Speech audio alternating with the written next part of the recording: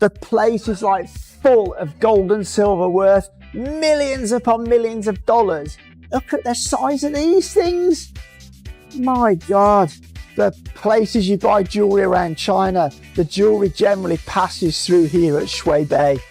Like, this would never happen in the UK. Not in a million years somebody would be grabbing that and running off with it. It's just unbelievable here. I can't imagine on a busy day here how much money must change hands. 20-gram bar of gold, and the price today is 18,640 RMB. So this great big stone here is 11,000 RMB. The price of diamonds has dropped by about 90%. This place is just thronging with people. The West End, the economy is not doing well here in China. Come here and I'd strongly disagree. 英国人走进深圳水贝后，第一反应不是羡慕，而是想不通。这么多黄金明晃晃摆着，怎么没人抢？价值数百万的金条和珠宝就在眼前，顾客可以直接拿起来看，商家也不紧张，整个市场照常做生意。他马上想到了英国，同样的场面要是出现在自己国家，商家担心的恐怕不是能不能卖掉，而是东西能不能保住。看到这里，他震惊的已经不只是中国治安，而是突然意识到，一个地方够不够安全，真的会影响生意和商品价格。更让他意外的是，水贝根本不是普通商场，背后连着加工、批发、零售和直播销售，是一整套珠宝产业链。当西方还在唱衰中国经济，水贝却挤满了买黄金的人。线下忙着成交，线上直播也没停，现实和舆论直接撞上了。最让他难以接受的是，同类珠宝在这里可能比英国便宜一半，款式还更多，背后靠的显然是完整供应链。他原本只是来逛珠宝市场，最后看到的却是中国的安全、效率和产业能力，怎样拉开与英国的现实差距。接下来让我们跟随外国博主的镜头，看看这个遍地黄金的中国市场怎样一步步打破它过去对中国的想象。Today I'm in Shui Bei, Shenzhen. Now, not many people have heard of Shui Bei, but it's the largest gold and jewellery trading hub in the whole of China. If you've purchased any gold jewellery in China, the chances are at some point it's passed through this place, Shui Bei. This place is not just one market, it's a whole ecosystem. There are numerous buildings and it covers about a kilometre square in total. So, without further ado, let's go and have a look. You could literally spend a whole day here. And the thing is, it's not just for retail. They do sell to retail, but actually this is more of a wholesale centre. So literally, most of the buyers, the jewellery stores all around China, buy their gold and jewellery from this place here. So you've got all these are gold bars. This is a kilogram of gold. You've got 500 grams, 200 grams, right the way down. You've got all the different shapes. These are Chinese fish, which is very lucky in Chinese. For Chinese people, gold is something that a lot of more wealthy Chinese people invest in. They love physical gold. And this is an absolutely massive market, you know. There's multiple floors in this building. The gold is priced on the daily international gold price. Nothing's fixed, so many stores will actually display the gold price of what it is on that particular day. Right now it's a little bit low, so it's actually a good time to buy. So today's price, this is a 20-gram bar of gold, and the price today is 18,640 RMB. So as well as gold, they also do all kinds of gemstones, and this is a place that deals in pearls as well as gold. There's some beautiful pearls here. Look at these. Wow. There's a lot of gemstones here. Got rubies, sapphires, emeralds, But I think these are lab ones here. They're not all natural.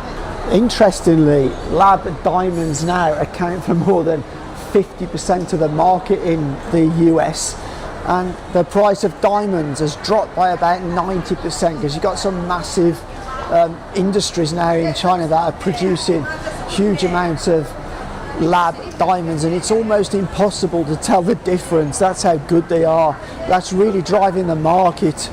And actually, diamond is not a good investment nowadays because the price is coming down so fast. But one thing in China, when a woman gets married, if the family is reasonably wealthy, they will buy the bride a lot of gold. It's very common to buy gold for weddings for the bride in China. And there's actually one of the stores just here, and this is all about gold for when you get married. So I actually think this is not attractive at all, but it's very, very common in China to have like those bracelets and these kind of necklaces during weddings. So this is all also wedding kind of jewelry here. With bangles. Wow, what a lot. It's hard to imagine how much value there must be in gold in just one store like this. Never mind the whole of the building, but just think how much value is in gold just there. Incredible. So again, something which is super popular in China is jade. And this is a store that's selling jade. Wow, what a lot. I'm actually not a big fan of jade, but I see a lot of people wear it. Actually, this is probably one of the most sort of pieces you see often on women wearing these jade bracelets. But I don't know, I can't decide whether it's a sort of middle-aged to older women's thing. I do see some young Chinese girls wearing it, but not so many. I often see more middle-aged women wearing it. So here there's a case full of silver bars, like 1 kilogram bars, 500 gram bars. You notice there's actually nobody here. Again, this is something that's just mind-blowing here. The place is like full of gold and silver worth millions upon millions of dollars, and there's no issue. You know, you can stand at one of the counters, they'll just hand you a 500 gram bar of gold to touch and mess with. There's no way in the UK that had happened. I doubt whether that had happened in most European countries or the US, because there'd be people literally will just grab it in their hand and make a run for it. But no such problem here. You know, there's just gold and silver and precious gems everywhere, and there's just no hassle. And I can't even see any security people about. You know, that's just the difference with China, where people it just doesn't happen.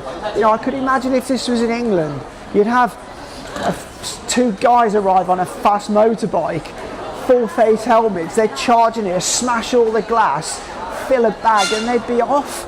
It's just, but here, you just have none of that. It's just so safe. It's just mind-blowing how much is here, you know. Look, you see how much Chinese people love gold. Look at all the people trading here. Look at the size of these things. My God. Every kind of jewelry you can find.